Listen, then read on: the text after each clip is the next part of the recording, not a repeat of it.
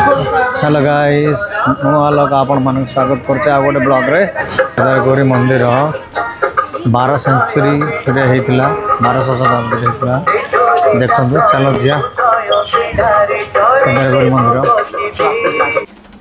एही मंदिर ओडिशार जनाशुना प्राचीन मंदिर मध्यरु गोटिए जहाँ भुवनेश्वर प्रसिद्ध मुक्तेश्वर मंदिर निकट रे अवस्थित। एठारे दुईटी मुख्य मंदिर अछि। गोटे मंदिर हला गौरी मंदिर जेउठारे माँ पार्वती पूजा पाती, आ गोटे मंदिर केदार मंदिर जेउठी भगवान शिव को पूजा करा जाए। और अन्य मंदिर मध्य भगवान गणेश, भगवान हनुमान और माँ देवी दुर्गा मंदिर मध्य अच्छी। एठारे मंदिर परिसर रे दुईटी कुंड मध्य अछि। गोटे हूँ क्षीराकुंड एवं आउ गोटे मारिची कुंड। कह जाए जे एही कुंडर जल रे पवित्र शक्ति अछि। क्षीराकुंडर जल मनीष को जन्म एवं मृत्युर चक्रु सुस्थ करे।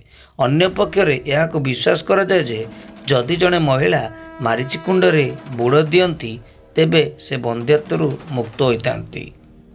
एही मंदिर रे विभिन्न पर्व पालन करा जाए। पर्व मानक मध्य शीतल षष्ठी अन्यतम। शीतल षष्ठी पर्व रे भगवान शिव रथ रे बसी बरबेश रे सजई होई एही मंदिर को आसीथांती आउ देवी पार्वती को सह विवाह करिथांती। एही मंदिर पौराणिक तथ्य सह जड़ित अछि। केदार एवं गौरी नामक युवक युवती परस्पर को प्रेम करी विवाह बंधन रे बांधी हेबा पई निष्पत्ति नियंती। जेतेबेले सेतेबेले तांकर परिवार लोक तांकर एई निष्पत्ति को विरोध करथिले। तेणु सेमाने दुई जण तांको गाँ रु पलायन करी एठी आश्रय नैथिले, जेउठार कि एई मंदिर अवस्थित।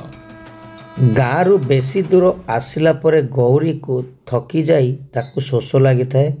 गौरीर शोष मेंटाइबा पई केदार पानीर संधान रे दूर को चली जाए। सही समय रे शिकार करी बाघ सही रास्ता दे आसुथाए। बाघटी को देखी गौरी डर रे गुंफा भितर लुचि जाए आउ तार ओढ़नीटी बाहर रही जाए। बाघ सही बाट दे आसुया समय से ओढ़नीटा को चिरी पकाई थाए आउ बाघर मुहरे जो रक्त लगी थाए से ओढ़नी रे लगी थाए। तापरे बाघ सेठारु चली जाए थाए। सही समय रे केदार गौरी पाख को पानी नहीं आसे।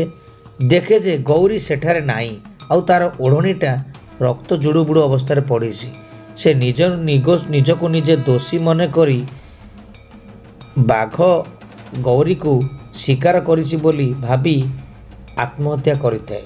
किछि समय परे गौरी बाघ चलीगला भाबी बाहर को आसे देखे तो केदार आत्महत्या करिछि।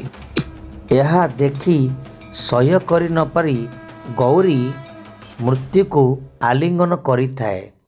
एहीपरि मर्मन्तुद घटना विषय जानी राजा ललाटेन्दु केसरी प्रेमिक प्रेमिकांकर स्मृति पाई एही मंदिरटी निर्माण करथिले। अन्य एक पौराणिक तथ्य अनुसार भगवान शिव एवं देवी पार्वती शांति और नीरवता स्थान खोजी एही एकाम्र क्षेत्र को आसीथिले, एठी बसवास करथिले। एही देवता मानकु समर्पण करी एही मंदिर एटारे करा जायछि। एही मंदिर कलिंग कला शैली रे निर्मित। आउ आमको तो एही मंदिर भल लगिला।